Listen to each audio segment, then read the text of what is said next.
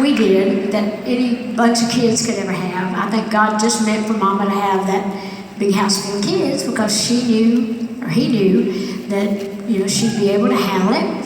So anyhow, Mama was just one of those great people that everybody liked. She just was very outgoing, had a great spirit about her, great personality. People used to come from everywhere for Mama to talk to them, because Mama could just tell you anything, make it sound good, make it sound right. She'd pray for you, she'd pray with you, she'd talk with you.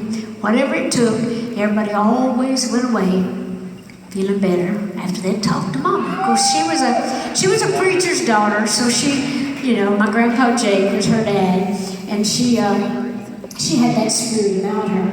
And so she was like that with all those kids, too. Now, I can't myself even begin to imagine how you'd handle that many little personalities and try to nurture all those little people running around like that. But she never tried to make us be like anybody else or be like her or like Daddy. She just watched us all to see who we were, and she just kind of nurtured us in that way and kind of guided us as best she could and let us be ourselves, which was a wonderful thing. So she was, she kind of was in tune to each one of us. And so Mama, she was a good cook. We'd think there wasn't a thing to eat in the house. And a lot of times there wasn't a lot, that's for sure. But Mama would always just gather it up, and she'd always had something, and it tasted good. So sometimes when we didn't have enough, Mama, she was lighthearted. She would say things like that. If we had some ham, we'd have some ham and eggs if we had some eggs. So it's like, anything Mama said we thought was funny, and it was clever, and it was cute, and it was witty. I'm sure it was her way of easing all that tension and fear in herself. But anyhow, I remember when things were kind of scarce, Mom would she made soup a lot, stew. She made a lot of stone soup. Remember that old fable, the story of the stone soup? Well, Mama used to tell us the story about the stone soup. And so she'd say to us, well, tonight we're going to have stone soup for supper. So I want all you young'uns to run out there in the yard, down by the creek there, and find me some of the best rocks you can find. And I want you to scrub them up really good. And I want you to line them up out there on the edge of the porch. And when you get them all done, I'll come out and I'll find the one I think is just right for this soup tonight. Now, Mama, of course, already knew who she was going to pick, because she knew if one of us had maybe not feeling good, maybe we'd been in trouble or something was not exactly right, and she knew she'd pick that stone. So she'd say, okay, here I come, and she'd walk around like she was studying it, really good. She'd pay attention to each one of us. Oh, that's a good one. Oh, that one's this. Look, that one looks like something, this and that, or whatever. And then she'd say, but I believe this is the one that's going to be just right for the soup tonight. And whether it was me or one of the others, we felt proud. And we all felt proud, that we were helping feed the family for a day. And Mom would say, well, okay, this is the one for this particular soup. I just know it. It's got some kind of magic in it. Take the rest of them, put them over there in a bucket or a tub. We'll get around all them sooner or later. We're going to be eating a lot of stone soup around here. But Mama was like that. She could tell you anything, make it sound good, cook anything, make it taste good. She could also sew anything, make it look good. Yeah, you know the story of my little coat of many colors, right? Well, Mama, the same philosophy she used on that in order to make me feel proud of that little coat, because I did need a coat, and she only had some scraps to make it out of. But she told me that beautiful story about Joseph and the coat of many colors from the Bible, just to make me proud of it. So I went off to school. The kids didn't think I looked a lot like Joseph, so they made fun of me. I was hurt and all that, but it came out to be a really good song. It's followed me for years. I remember when I first wrote that song, I didn't realize I'd been carrying that hurt around all that time. But when that song became a hit, that hurt just left me like that. Ain't it amazing how healing money can be? No, I'm not trying to make light of the situation. I just thought I'd throw that in. You want me to throw that out? No, seriously, but anyhow, that little song has just followed me around. So many people have told me through the years that that song has had such healing, properties for them. Because we've all been made to feel less than what we should. It may not have been something you wore. It may just be who you are, how you are. Maybe you're overweight. It could be, a handicap, whatever. But it's not good to make people feel less about themselves. So I'm just happy I could write a song that's helped even with that bullying. It's really good on that too. But anyhow, did you by any chance see the movie Coat of Many Colors last year? Well, we're doing another one. It's called Christmas of Many Colors. So it's going to show on November. Same group of people, and it just follows that summer, and it goes on into that winter. It's a sweet little story. So hopefully you'll enjoy watching that again. So without further ado, why don't I sing you that famous little Coat of Many Colors? Thank you for loving it. I appreciate it.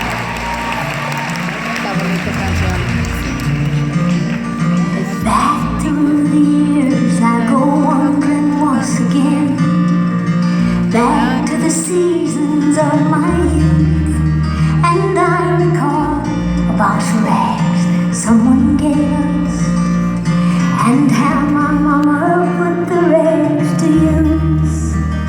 There were rags of many colors, but every piece was small, and I didn't have a coat, and it was way down in the fall. Mama sewed the rags together, sewing every piece with love. She made my coat of many colors that I was so proud of. While Mama sewed, she told a story from the Bible she had read about a coat of many colors Joseph wore. Then she said, I hope this coat will bring you good luck and happiness. And I just couldn't wait to wear it, and Mama blessed it with a kiss. My coat of many colors that my mama made for me, made only from rags, but I wore it so proudly. And although we had no money, I was rich as I could be in my coat of many colors that Mama made for me. So patches on my breeches, holes in both my shoes, in my coat of many colors, I hurried off to school, just to find the others laughing and making fun of me in my coat of many colors Mama made for me. And oh, I couldn't understand that, 'cause I felt I was rich, and I told him of the love Mama sewed in every stitch. I even told them all that story Mama told me while she sewed, and why my coat of many colors was worth more than all their clothes. Amen. Okay. They didn't understand it, and I tried to make them see. One is only poor only if they choose to be. It's true we had no money, but I was rich as I could be in my coat of many colors Mama made for me, 'cause she made just for me. Thank you. And my shiny little old heart. Thank you. Well, I appreciate you for that. Mama, be proud to know you like that. Like I was saying, we didn't have anything back there, but we always had enough. We had each other. A lot of people around where we were born and raised were poor. Like a lot of people have like 3 and 4 rooms and a bath. We had 3 rooms and a path. Little brown shack out back, and we had running water when we'd run and get it. But anyhow, it was a good life. It's like we didn't even know we was poor until some smart aleck up and told us.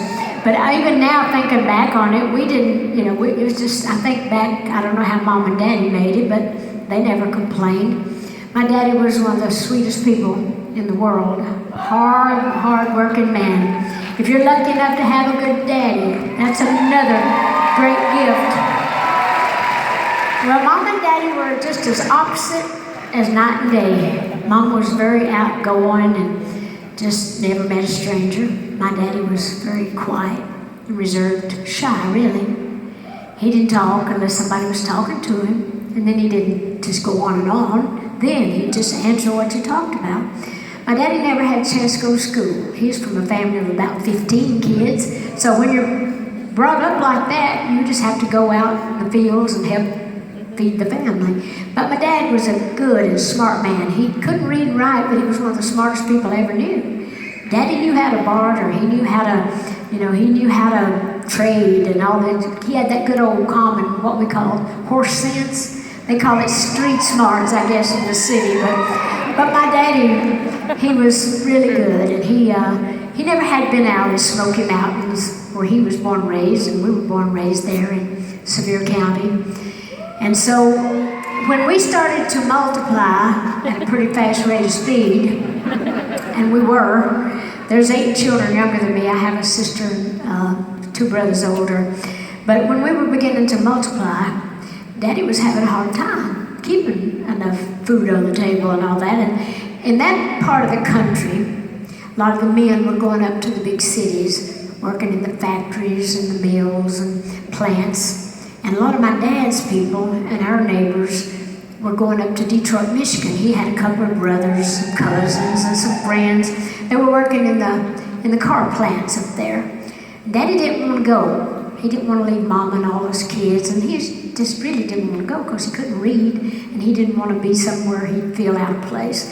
And so finally, one of Dad's brothers, my Uncle Fred, said, well, Lee, why don't you at least come up to Detroit long enough to at least make enough money to buy you a farm and get Abby Lee and those kids out of that holler.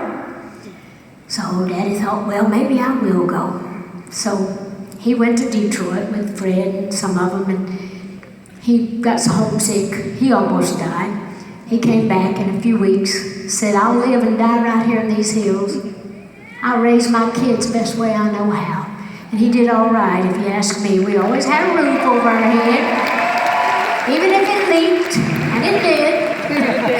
And we always had food on our table, even if it wasn't exactly what we wanted, or as much of it sometimes. There was always something. We didn't go hungry. We always had a bed to sleep in, as I mentioned, even if we slept 3 and 4 in a bed. That was all right, too. We knew we had a mama and a daddy over in the next room, and we felt safe, and we felt loved. And so my dad and Mom are sleeping up there under a big old tree they both loved. And I always love that I've written these songs in honor of them, because when the Bible says honor your father and mother, I think that means more than just to obey them. I think just to bring honor to their name. And I'm going to stand up and do this because my daddy deserves a standing ovation. Not from you, from me. But seriously, it's amazing though, how many things that touch you and you don't really realize how they have till years later. But I've been inspired with so many songs just because of my Smoky Mountain memories. And this is a song I wrote kind of based on that time that Daddy went up to Detroit. It's just about families that rely on the love of family and their faith in God to get them through. And I hope you'll enjoy this. This is a penny whistle. It costs more than a penny though.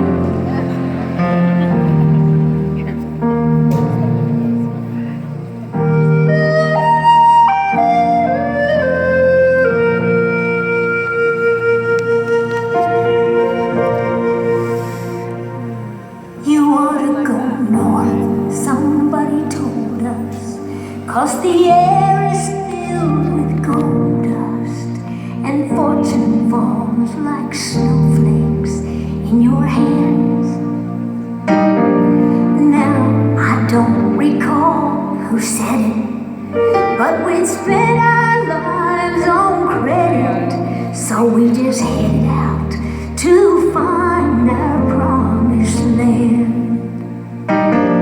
Just poor Appalachian farm folk with nothing more than high hopes, so we hitched our station wagon to a star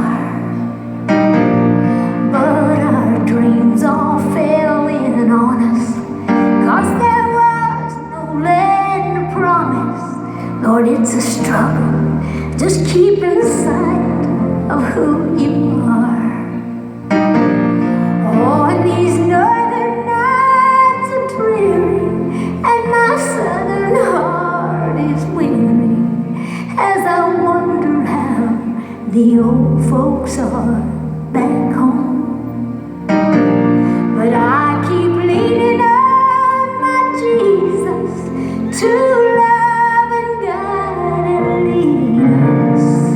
And Smoky Mountain memories keep me strong.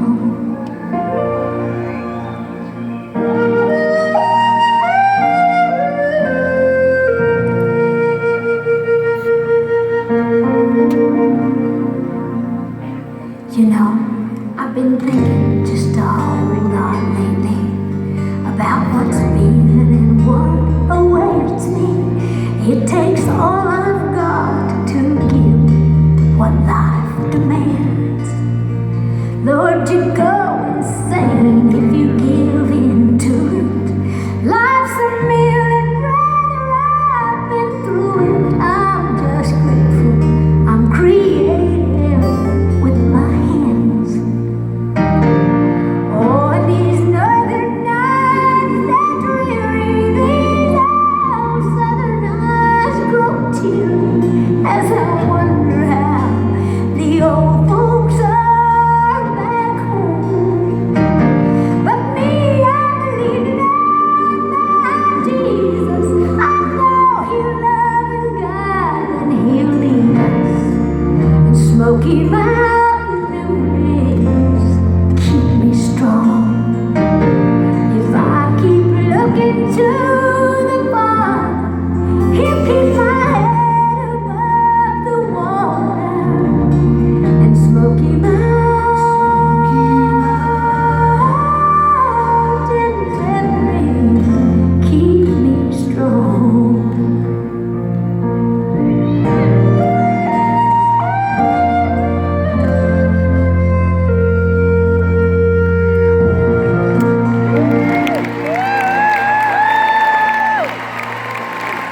Thank you. Okay, I gotta come back down to earth. Gotta get off the porch sooner or later. Okay. Thank you, handsome. I know I'm flirting, but you never get too old to fantasize. But anyhow, you cannot live in the Smoky Mountains and not have a banjo. And or you don't know, as I mentioned before, all the kinds of people that are going to influence you in one way or another. There's a lot of people up there in the hills, and a big part of them were my relatives, but a few of them were not. And this old man used to live up in the woods not far from us. Yeah, you know him? You been up there? Anyway, he had a bunch of old hunting dogs. He liked to coon hunt. He lived by himself. Nobody really ever knew where he came from. But I used to sneak off and go see him. He has a whole beard, he had long hair and all that. But he used to tell me all these stories about how he had been in the war, how he had traveled all over the world, been on airplanes and ships and trains and to tropical islands, you know. That was fascinating to me. I mean, a little country kid like that. But what I loved the best about him was that he played the banjo. And he taught me how to play a little bit, so I wrote a song about him. Of course I did. I wrote a song about everything. And would you like to hear it? All right. Well, here's the story of old Applejack. Well, he lived right in Apple Orchard, in this little old orchard shack. His real name was Jackson Taylor, but I called him Applejack. And old Applejack was loved by everyone ever knew. Of course, Applejack picked apples, but he picked the banjo too. Play a song for me, Applejack, Applejack. Play a song for me, and I'll sing. Play a song for me, Applejack, Applejack. Play a song, let your banjo ring. Now I'd go down to Applejack's just almost every day. And we'd sit and we'd drink Applejack that old Applejack had made.